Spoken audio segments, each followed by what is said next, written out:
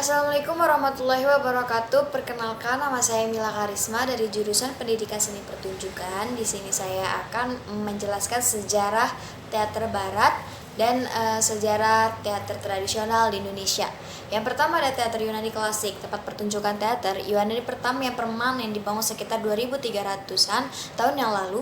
Teater ini dibangun tanpa atap dalam bentuk setengah lingkaran dengan tempat duduk penonton yang melengkung dan berundak-undak yang disebut amphitheater. Ciri-cirinya khusus pertunjukan teater pada masa Yunani kuno ini, yang pertama pertunjukan dilakukan di amphitheater, yang kedua sudah menggunakan naskah lakon, yang ketiga seluruh pemainnya pria bahkan peran wanitanya dimainkan, yang keempat pria dan memakai topeng karena setiap pemain memerankan lebih dari satu tokoh.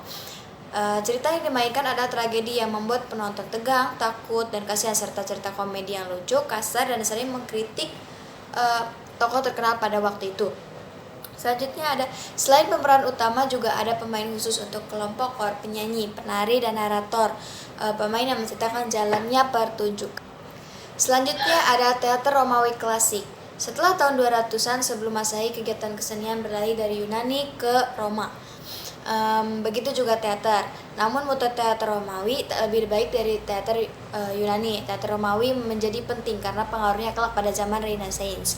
Ciri-cirinya yaitu, yang pertama, akor tidak lagi berfungsi mengisi setiap adegan. Yang kedua, musik menjadi pelengkap seluruh adegan. Yang ketiga, tema berkisar pada masalah hidup kesenjangan golongan menengah. Yang keempat, karakteristik tokoh tergantung kelas, yaitu orang tua yang bermasalah dengan anak-anaknya soal kekayaan, anak muda yang melawan kekuasaan orang tua, dan lain sebagainya. Selanjutnya ada seluruh adegan terjadi di rumah, di jalan, dan halaman. Bentuk-bentuk pertunjukan yang terkenal pada zaman Romawi klasik ini, yang pertama tragedi, yang kedua ada farse pendek, yang ketiga ada mime. Selanjutnya ada teater abad pertengahan. Pada tahun 1400-an sampai 1500-an, banyak kota Eropa yang mementaskan drama untuk merayakan hari-hari besar umat Kristen. Nah, sebagai ciri-ciri abad pertengahan pada saat itu, yaitu pertama, drama dimainkan oleh aktor-aktor yang belajar di universitas sehingga dikaitkan dengan masalah filsafat dan agama. Yang kedua, aktor bermain di panggung di atas kereta yang bisa dibawa keliling menyusuri jalanan. Selanjutnya ada drama yang disisipi cerita kepahlawanan yang dibumbui cerita percintaan. Yang keempat, drama dimainkan di tempat umum dengan memungut bayaran. Yang kelima, drama tidak memiliki nama pengarang. Selanjutnya pada zaman Renaissance, ada 3 jenis drama yang dikembangkan. Yang pertama ada tragedi, komedi, dan pastoral, atau drama yang membawakan kisah-kisah percintaan antara dewa-dewa dan pengembala di daerah pedesaan.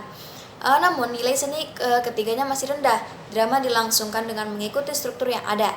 Meskipun demikian, gerakan mereka memiliki arti penting karena Eropa menjadi mengenal drama yang jelas struktur dan bentuknya. Ciri-ciri pada zaman Renaissance ini, yang pertama, naskah lakon yang dipertunjukkan meniru teater zaman Yunani klasik. Yang kedua, cerita bertema mitologi atau kehidupan sehari-hari. Yang ketiga, tata busana dan setting yang digunakan sangat inovatif. Yang keempat, pelaksanaan bentuk teater diatur oleh kerajaan maupun universitas. Yang kelima, menggunakan panggung proscenium, yaitu bentuk panggung yang memisahkan area panggung dan penonton. Selanjutnya pada zaman Elizabeth. Pada tahun 1576, selama pemerintahan Ratu Elizabeth yang pertama, gedung teater besar dari kayu dibangun di London di Inggris. Globe mementaskan drama-drama karya William Shakespeare, penulis drama terkenal dari Inggris yang hidup dari tahun 1564 sampai tahun 1616. Ia adalah seorang aktor dan penyair. Ia menulis 37 drama dengan berbagai tema, mulai dari pembunuhan, perang, sampai cinta dan kecemburuan. Ciri-ciri pada zaman teater pada zaman Elizabeth yang pertama, pertunjukan dilaksanakan siang hari dan tidak mengenal waktu istirahat. Tempat adegan ditandai dengan ucapan dan sampaikan dan dialog pada tokoh. Yang ketiga, tokoh wanita dimainkan oleh pemain anak laki-laki, tidak pemain wanita. Penonton berbagai lapisan masyarakat diramaikan oleh penjual makanan dan minuman. Menggunakan naskah lakon, corak pertunjukan merupakan perpaduan antara teater keliling dan teater sekolah dan akademik yang klasik-klasikan. Selanjutnya ada teater abad 17 di Spanyol dan Prancis. Drama-drama agama yang berkembang di Spanyol utara dan barat karena sebagian besar Spanyol dikuasai Islam.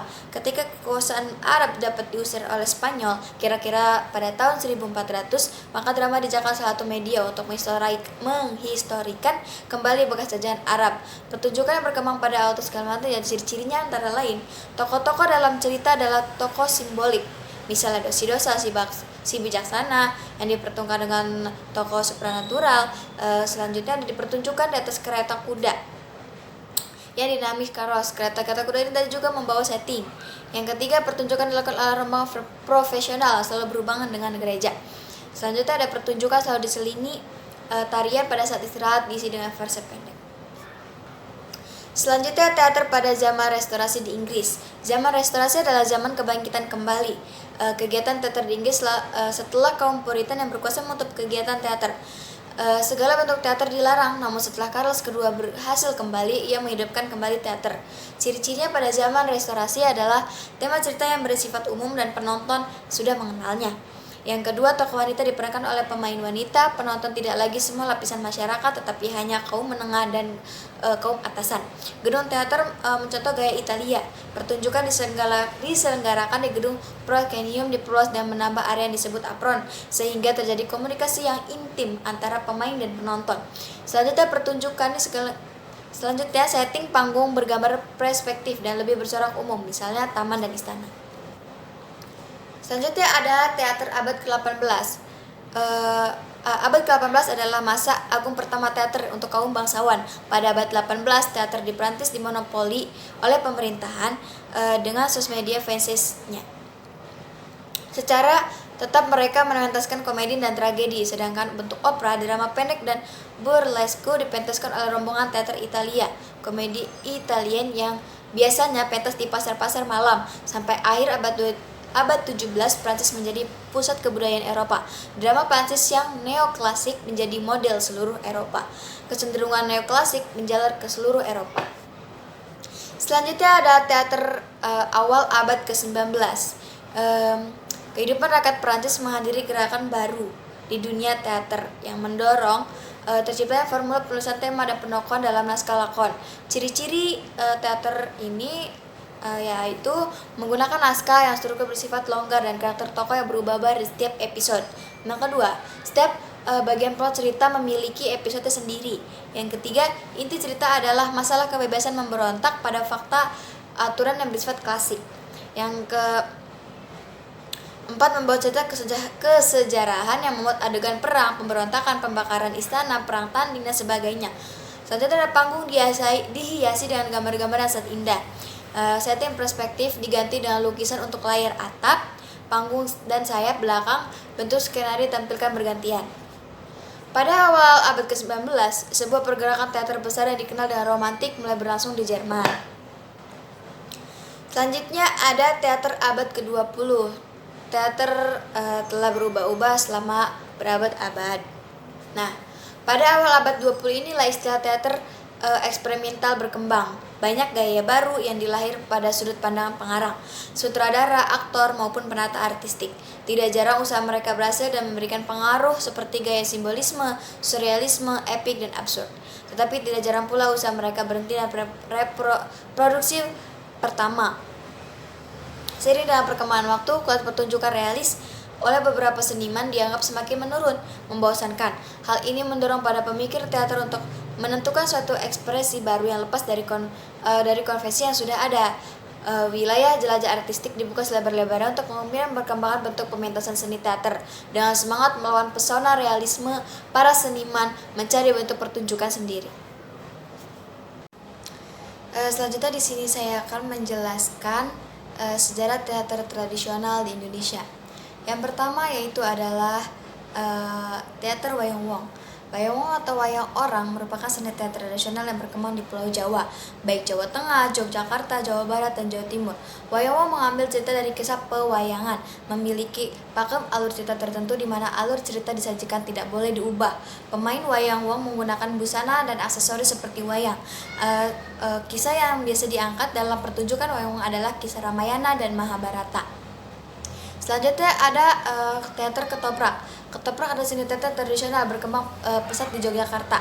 Awal mula keberadaan ketoprak diyakini berasal dari daerah Surakarta. Pada zaman dahulu, ketoprak diiringi oleh musik seadanya seperti lesung yang merupakan alat pemumpuk padi dan kendang. Namun saat ini ketoprak lebih banyak diiringi oleh musik gamelan Jawa. Ketoprak tak hanya menyajikan satu atau dua jenis cerita seperti epos Ramayana dan juga kisah 1001 malam pun dipentaskan dalam pemain ketoprak dan beberapa penyusunan tokoh tentunya. Selanjutnya ada teater lenong. Lenong merupakan sandiwara tradisional dari Betawi yang dikemas dengan banyolan dan selingan musik. Dialog-dialog untuk diucapkan oleh pemain lenong menggunakan logat Betawi. Selanjutnya ada teater ludruk. Teater ludruk merupakan seni pertunjukan tradisional dari Jawa Timur. Ludruk dimainkan di atas panggung, mengambil tema utama keseharian kehidupan rakyat, perjuangan melawan penjajah, atau kisah 1001 malam. Ludruk tidak sepenuhnya pertunjukan drama, namun juga diselingi musik dan guyonan. Biasanya seni teater tradisional ludruk diawali dengan tari remo.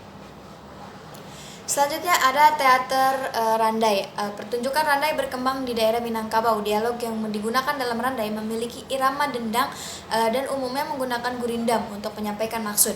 Alat musik pengiring kesenian randai terdiri dari talempong, gendang, batang, padi yang disebut dengan puput.